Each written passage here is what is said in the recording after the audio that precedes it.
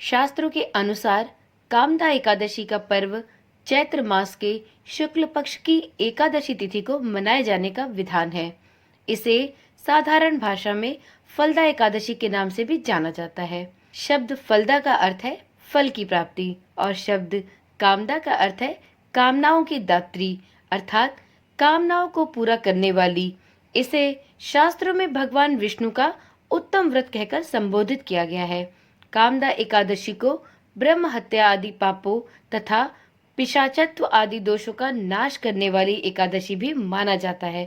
कामदा एकादशी को श्री हरि विष्णु के निमित्त व्रत करने एवं कामदा एकादशी की व्रत कथा को पढ़ने, सुनने अथवा सुनाने वाले व्यक्तियों की संपूर्ण मनोकामनाएं पूर्ण होती हैं।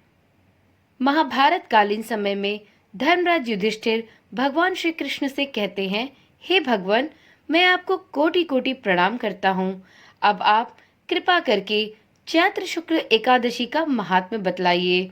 भगवान श्री कृष्ण युधिष्ठिर से कहते हैं कि हे धर्मराज युधिष्ठिर, ये प्रश्न एक समय राजा दिलीप ने गुरु वशिष्ठ से भी पूछा था और जो समाधान और जो भी उत्तर गुरु वशिष्ठ ने राजा दिलीप को कहा था वही मैं आपसे कहता हूँ। इसे ध्यान पूर्वक सुने। प्राचीन काल में भोगीपुर नगर में पुंडरीक नामक एक राजन राज्य करते थे। भोगीपुर नगर में अनेक अप्सराएं, किन्नर तथा गंधर्व भी वास करते थे तथा राजा पुंडरीक का दरबार किन्नरों व गंधर्वों से भरा रहता था, जो गायन और वादन में निपुण तथा योग्य हुआ करते थे। वहां नित्य ही गंधर्वों और किन्नरों का गायन हुआ करता था। भोगीपुर नगर में ललिता नामक रूपसी अप्सरा भी थी और उसका पति ललित नामक एक श्रेष्ठ गंधर्व था। वो दोनों पति पत्नी एक साथ वहां पर वास किया करते थे। दोनों के बीच अटूट प्रेम और आकर्षण प्रबल था। वे सदा एक दूसरे का ही स्मरण किया करते थे। एक दिन गंधर्व ललित दरबार में गायन कर रहा था कि अचानक उसे अपनी पत्नी ललिता की याद आ गई। इससे उसका स्वर, लय एवं ताल बिगड़ने लगे। इस त्रुटि को कर्कट नामक नाग ने जान लिया और यह बात जाकर राजा पुंडरीक को बता दी। राजा को गंधर्व ललित पर अत्यंत क्रोध आया। राजा पुंडरीक ने गंधर्व ललित को राक्षस योनि में जाने का श्राप दे दिया। ललित सहस्त्रों वर्ष तक राक्षस योनि में घूमता रहा। उसका मुख अत्यंत भयंकर हो गया और अग्नि निकलने लगी। नाक कंदरा के समान विशाल और गर्दन पर्वत की तरह हो गई थी। ललित का शरीर 8 योजन के विस्तार की तरह हो गया था। इससे उसकी पत्नी ललिता अत्यंत दुखी और व्याकुल हो गई और वह अपने पति राक्षस ललित का पीछा करते करते विंध्याचल पर्वत की तरफ पहुंच गई, जहां श्रृंगी ऋषि का आश्रम था। तब ललिता शीघ्र ही आश्रम में गई और ऋषि श्रृंगी से प्रार्थना की कि वह उसके पति को पहले जैसा कर दे और उसे श्राप से मुक्ति दिलाए। ललिता की यह हालत देखकर ऋषि श्रृंगी को उस पर दया आ गई और उन्होंने पूछा, पुत्री, तुम कौन हो?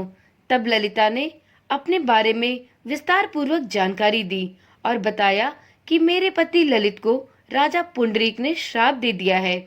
इस वजह से अब वह एक विशालकाय राक्षस बन गए हैं। ललिता ने ऋषि श्रृंगी से प्रार्थना की कि कृपया करके आप मुझे और मेरे पति को इस श्राप से मुक्ति का उपाय बताएं। ऋषि श्रृंगी ने ललिता को कामदा एकादशी व्रत करने की सलाह दी। इस व्रत के करने से सभी कार्य सिद्ध हो जाते हैं। उन्होंने ललिता से कहा कि यदि तुम दोनों कामदा एकादशी का व्रत रखते हो तो उस व्रत के पुण्य फल से राक्षस योनि से तुम दोनों को मुक्ति मिल जाएगी और राजा का श्राप भी समाप्त हो जाएगा। ललिता ने ऋषि श्रृंगी की सलाह पर चैत्र मास की एकादशी का व्रत रखकर भगवान नारायण से प्रार्थना की और द्वादशी तिथि को ब्राह्मणों को दान दक्षिणा देकर भगवान से यह प्रार्थना की कि हे प्रभु हरि, आप मेरे व्रत का फल मेरे पति को प्रदान करें। भगवान नारायण ने ललिता के व्रत का फल उसके राक्षस बन चुके पति ललित को दे दिया, जिससे वह राक्षस से एक बार फिर से गंधर्व बन गया। इसके बाद दोनों ने ऋषि श्रृंगी को बहुत बहुत धन्यवाद दिया और दोनों स्वर्गलोक में पहुंच गए। इस व्रत के विषय में यह भी कहा जाता है कि इस व्रत को रखने से उपासक ब्रह्म हत्या जैसे पापों और पिशाच योनि से भी मुक्ति प्राप्त करता है। तो इस प्रकार कामदा एकादशी की कथा यहीं पर समाप्त होती है। तो एक बार प्रेम से बोलिए श्री विष्णु भगवान की जय। हिंदू नववर्ष की यह पहली एकादशी है और माना जाता है कि इस एकादशी की विधिवत रूप से पूजा अर्चना करने पर भगवान विष्णु का आशीर्वाद प्राप्त होता है और प्रेत योनि से मुक्ति मिल जाती है।